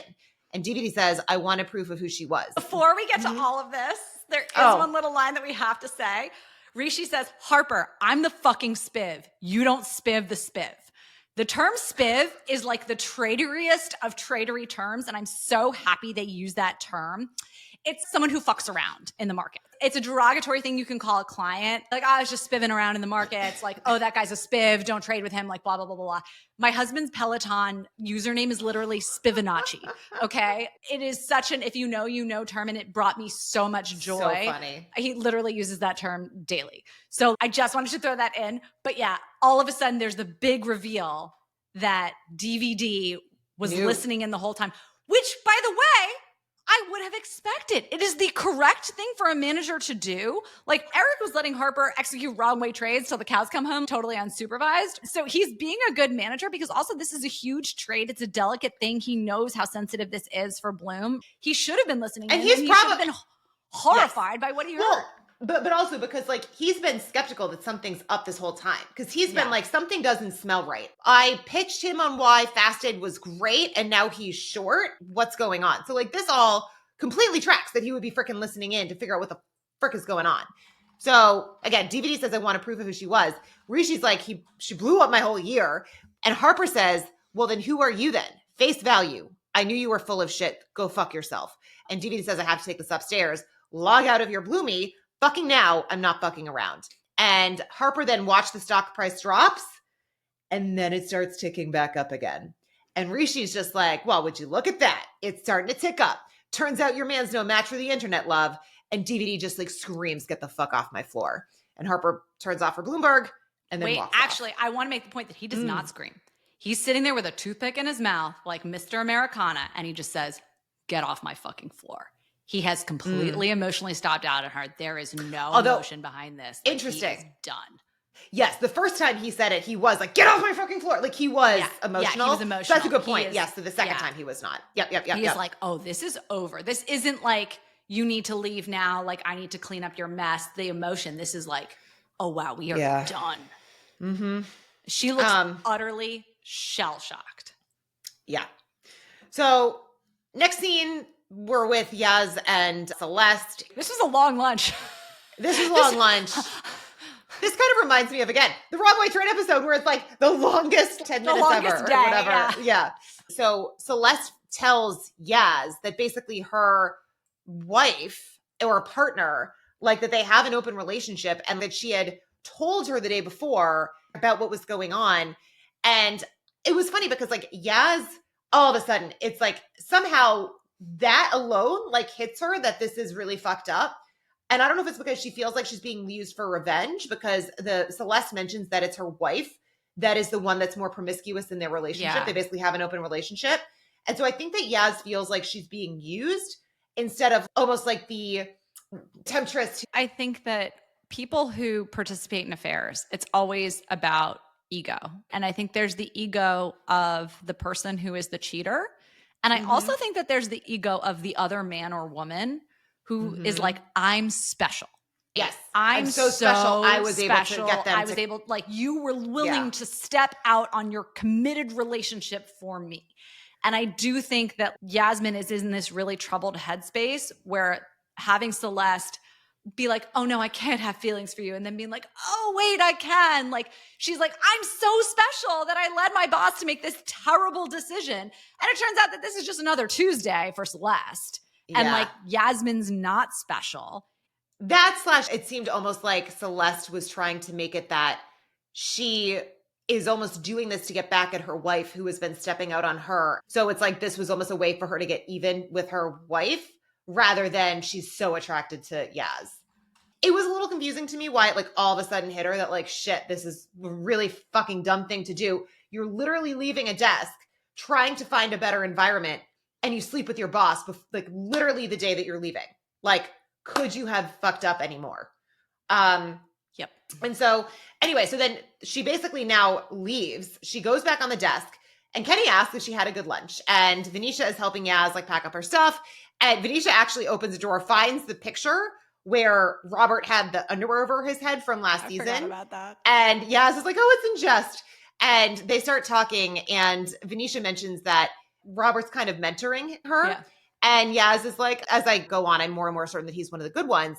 And Venetia says, don't worry, I never let myself get used and abused. And Yaz feels like that's exactly what just happened to her. Yeah. And so she's just very off-put by that statement. And she's like, oh yeah, no, me neither. No, you shouldn't, right? Yeah. And I think Yasmin is looking at like this photo of Robert and remembering their little inter-office romance or whatever. And Venetia's like, oh, don't worry, I would never do something stupid, like have an inter-office affair with someone who's superior to me. Yasmin's sitting there not only being like, I literally just did that, but also being like, why is Robert mentoring you? He's not exactly competent or inspiring. I think that's her like message there. But then you hinted at this in the last episode that Venetia seems like she has a little crush on him. I feel like Yasmin's a little jealous.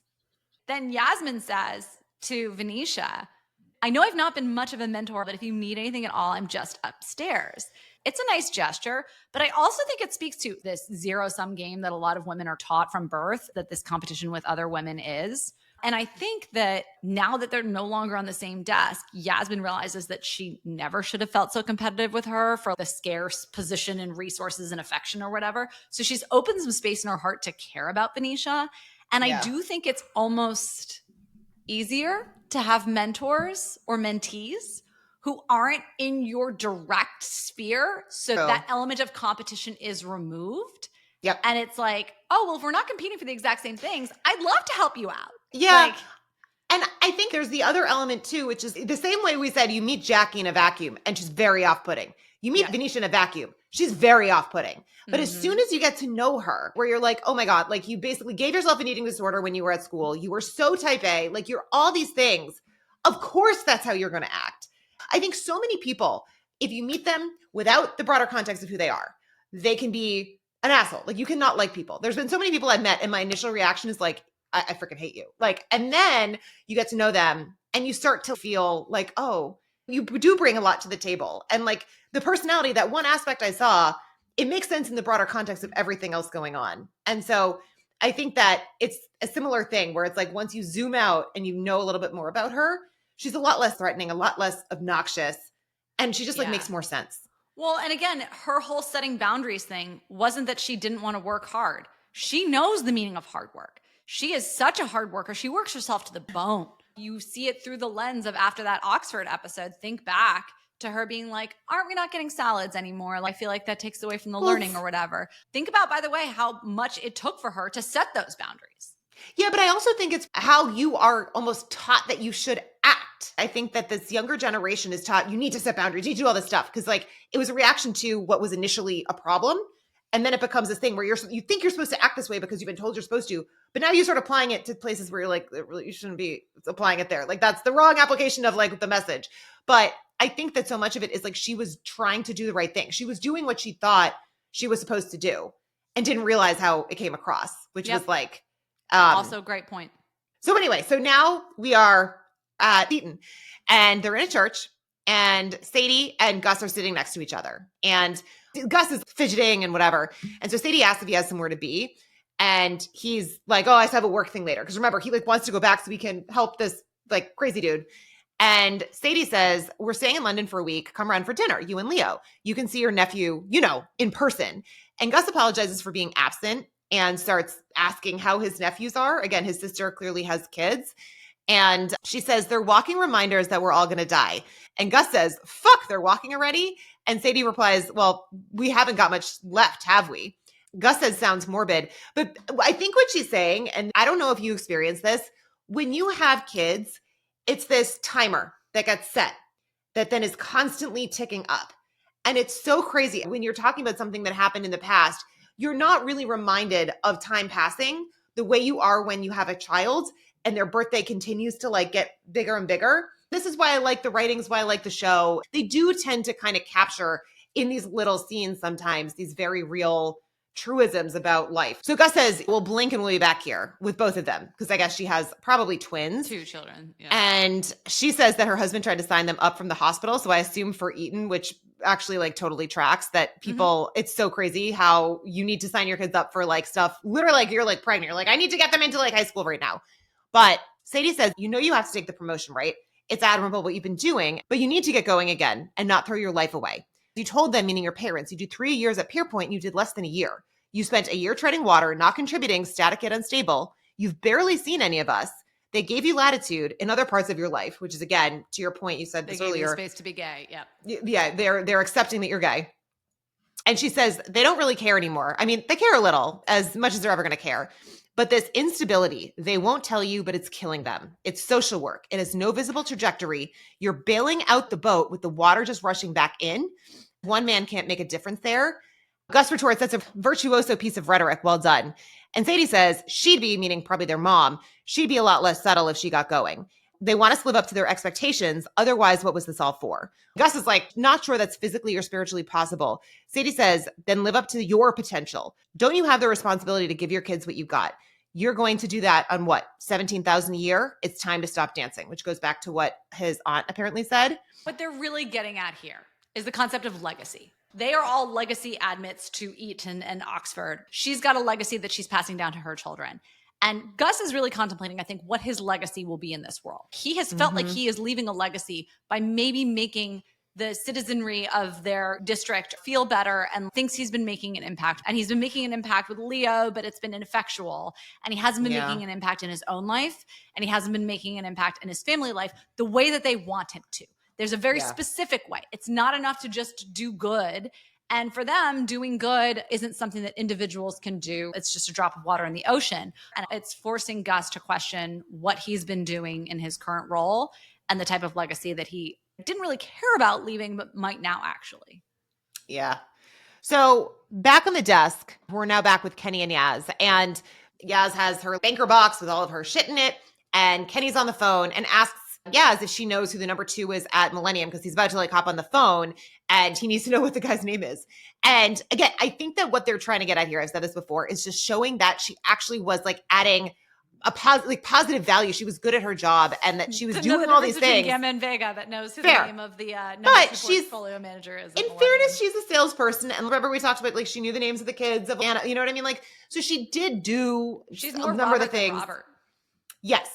But whatever. He's on the phone. The guy hops on the call. Yaz starts walking away. And then actually you hear Kenny basically be like, I need to call you back. So he's hanging up on like the number 2 at Millennium to go have a conversation with Yaz as she's leaving.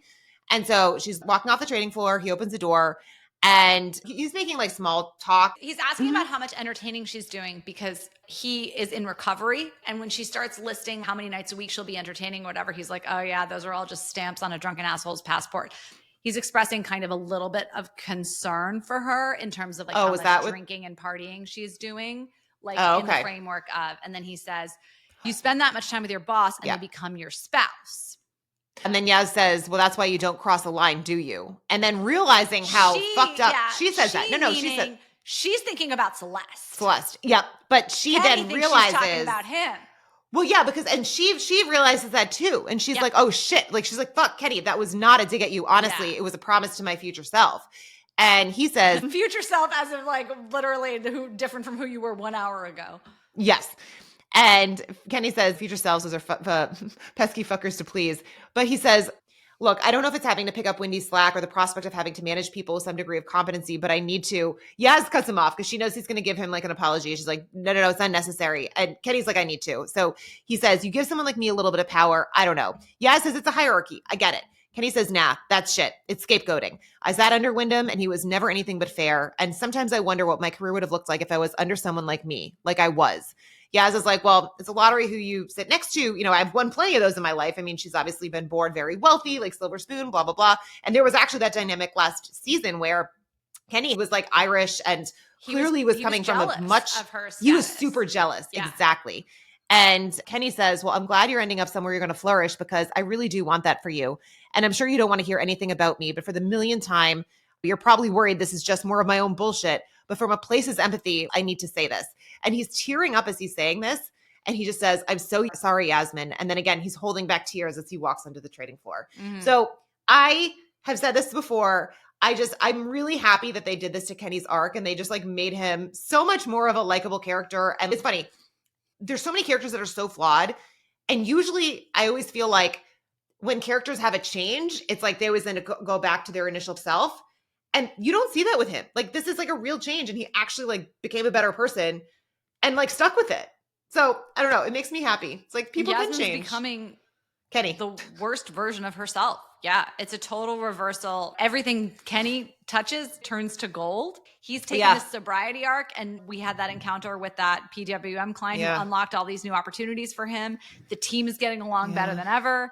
He's physically fit and running a Tough Mudder or whatever. Like everything's coming up Kenny. It's because he went from being an objectively really gross person to admitting his flaws and coming out the other side.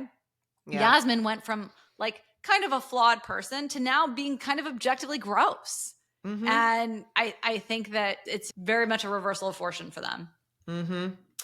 So now in the next scene, we're back with Gus and his family. And maybe it's because of the conversation he had with his sister about the fact that like he needs to just tell his parents and just come clean. So he calls Leo and he says, basically tell your dad. He said, it's not about you not getting into Oxford. Like you telling him will be way more meaningful than the content of what you actually say. So then he wishes him luck. So we know now that Leo is going to call Jesse and tell him that he didn't get in. He's pushing Leo to do what basically he's giving the same advice to Leo that effectively his sister just gave to him. Yes, which also means that you think that he's going to take the message and do the right thing with his family too. Well, what does it mean for his job too, that he's going to take the promotion? Yeah, which you assume he's going to do, you know? Mm-hmm. So now, by the way, so this is like setting the stage. Leo's about to call his dad and tell me to get into Oxford. So next scene, we see Harper. She's like pushing her way through the halls, trying to go somewhere. You don't really know where she's going. Crashing the Bloomberg conference. Yeah. Well, initially I thought she was actually barging into like Gus's office. I was like, where are you? Where is this? Yeah. Because it's like not a fancy place. And well, it's like the back rooms, right? It's the back rooms of some convention center or whatever, or some theater, because she's got to get to the dressing room. Yep. And so she goes, she finds Jesse, who is getting ready for his Bloomberg Invest. And he tells Harper that he's going to eat the loss and he's going to stop out through Goldman.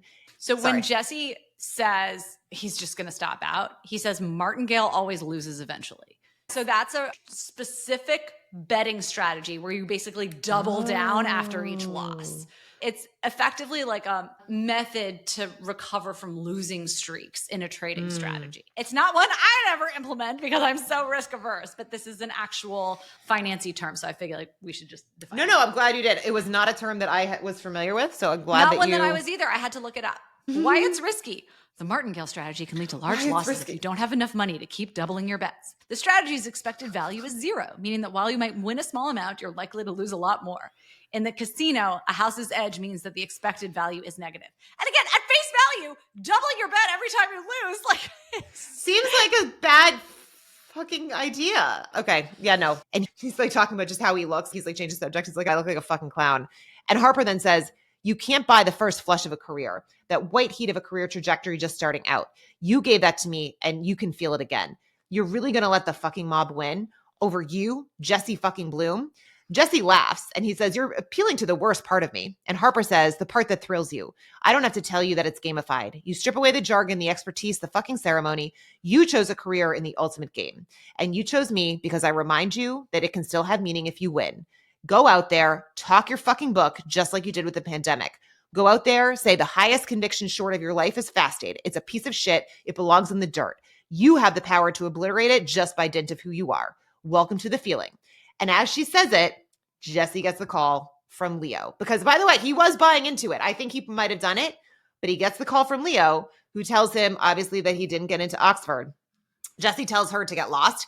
And as she walks away, she says, I'll see you out there. It's our last chance. I'm already done at Pier Point. And so in the next scene, Gus has chosen his family. And so we see that crazy dude who's likely sitting waiting for Gus. But as he's sitting there, he also does pick up a pamphlet, which makes it seem like he's maybe going to actually get help and go see a counselor and not just see Gus. Oh, I thought he kind of said, fuck this though, didn't he?